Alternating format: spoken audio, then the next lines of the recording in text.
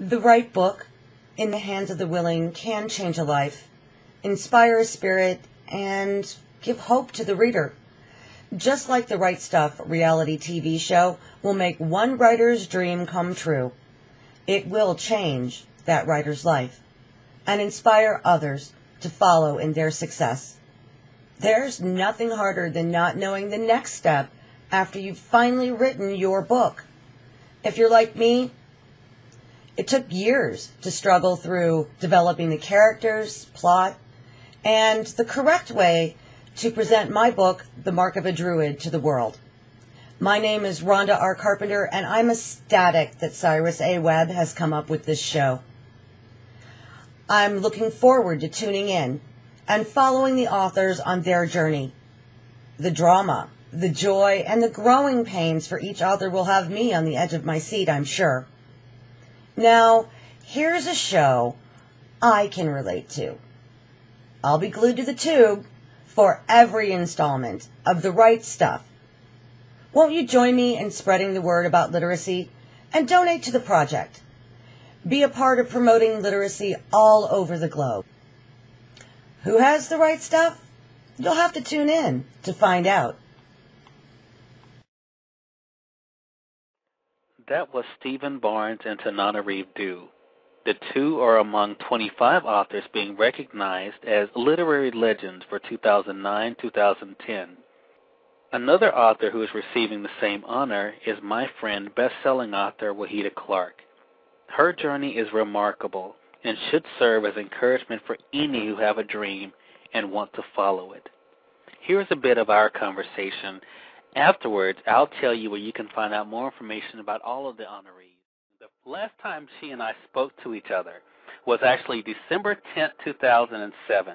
We were talking about her career at that point, and really it seemed like at that point she didn't realize the impact that she has had on the literary world. But now it's been almost 2 years, and we know that we have a lot we're going to cover. We're going to be speaking with the best-selling author, Wahida Clark. She has been called the queen of thug love fiction by some of the best, and definitely if you've read her books, you would see why. We're going to talk about her career, also about her new work, and also her publishing venture that she's now into and how some of you can be a part of her world. Also, you might remember that Wahida is part of the 25 authors that we're recognizing through 2009-2010 as literary legends. And again, just hearing her story will definitely tell you why. So we're very glad to have her back with us after all this time. Please help me welcome Wahida Clark. How you doing, Wahida? I'm fantastic. How are you? And thanks for having me. No problem. Thank you so much. It's always an honor to speak with you. I can still remember that conversation, Wahida. We were taping live at that time inside of Walden Books in Jackson, Mississippi, and it was such an honor to talk to you. And I said in my introduction, and I meant this, and I want to start there. At the time when you and I spoke, you really didn't seem to grasp the full impact that you had, not only on the literary world at that point, but also on readers. How has it been now, almost 2 years later, being able to see and feel the energy that's come out of the work that you've given? Well, it's been a blessing, and I'm taking it in one day at a time, slowly. So I really don't still see the full impact, but I'm past where I was back in the last time I spoke to you. Okay.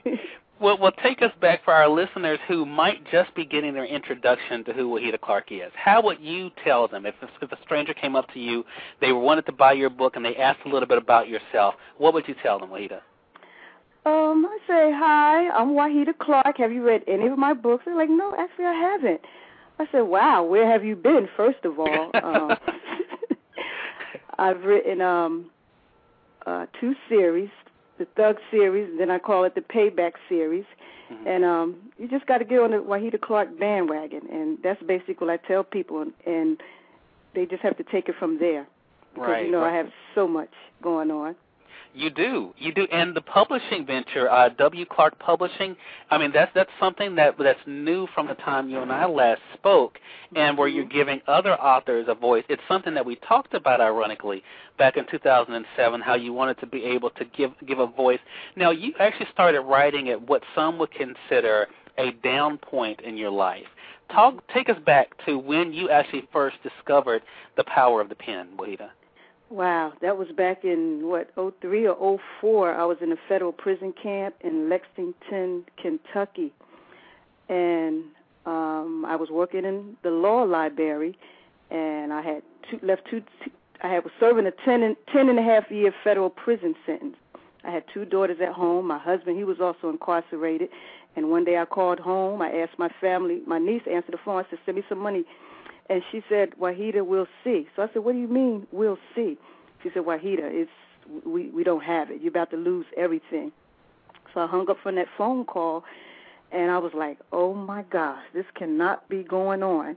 And like I said, I was working in the law library, and every morning I would go in there, open it up at 8 o'clock, and I would usually be the only one in there, and I'm sitting there amongst all these books. And after that phone call, I said, what can I do to survive and also assist my 2 daughters that's out in the free world? Right. And I had picked up a magazine, and it had an article in there about Shannon Holmes. It said that he was in prison, and he wrote a book. And I looked at all the books on the walls, and I looked at the article again. I said, he's in prison, and he wrote a book. So I started visualizing my name on the spines of the book, and that's when it said, I'm going to write a book. That's when the light bulb went off, and I didn't know anything about writing, but I started writing, and here I am. Exactly, and I'll tell you, the rest is definitely literary history. Now, in that 2007 conversation, I always take notes on conversations because I always feel like it's great to go back and reflect, not only on, for other people to be able to know what we've talked about, but also for me. I've learned so much about the different individuals I've been privileged enough to have a conversation with. With you, I mean, the publishing side of it and the whole business side of the books was not easy in the beginning. You went through some situations that it wasn't the best fit for you. So business-wise, there were some issues. And I want to talk about, because I think this is important, Wahida, for our listeners, those that are aspiring to be writers, those who may have been in a similar situation and may feel as though they can't do something. When you look at what you've been able to accomplish, and now, you talk about sitting in that law library and looking at those books, what does it feel like now to go into a bookstore and see you on those bookshelves? It is awesome, and I have a habit of when, like today, we was in South Jersey, and I said, I need a Starbucks. So I was following another car in front of me, so she called and said, here's one. You want to stop in this Barnes & Noble? So I said, yes.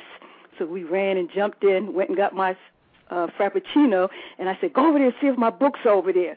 So she came back, yes, they're over here. So I always go and just look, and it's a blessing, Cyrus. That's all I can say. It's a blessing. Yeah.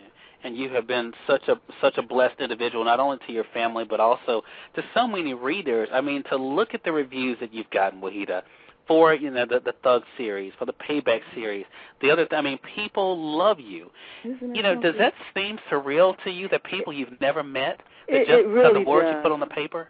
It really does. It's awesome. I'm floored, and when I meet the fans, when I'm out doing book signings and whatnot, and they come, they give me. I say, hey, how are you doing? They're like, give me a hug, and they grab me and hug me. It is surreal. It is surreal. And I'm sure a question that you've gotten a lot. I know in reading some interviews that you've done, some have alluded to it, but I want to ask you this question. People I know want to know how much of you are in your books, how much do you put in there. How do you normally answer that question, Wahida? I tell them in each of the female characters in the Thug series, there's a little of me in each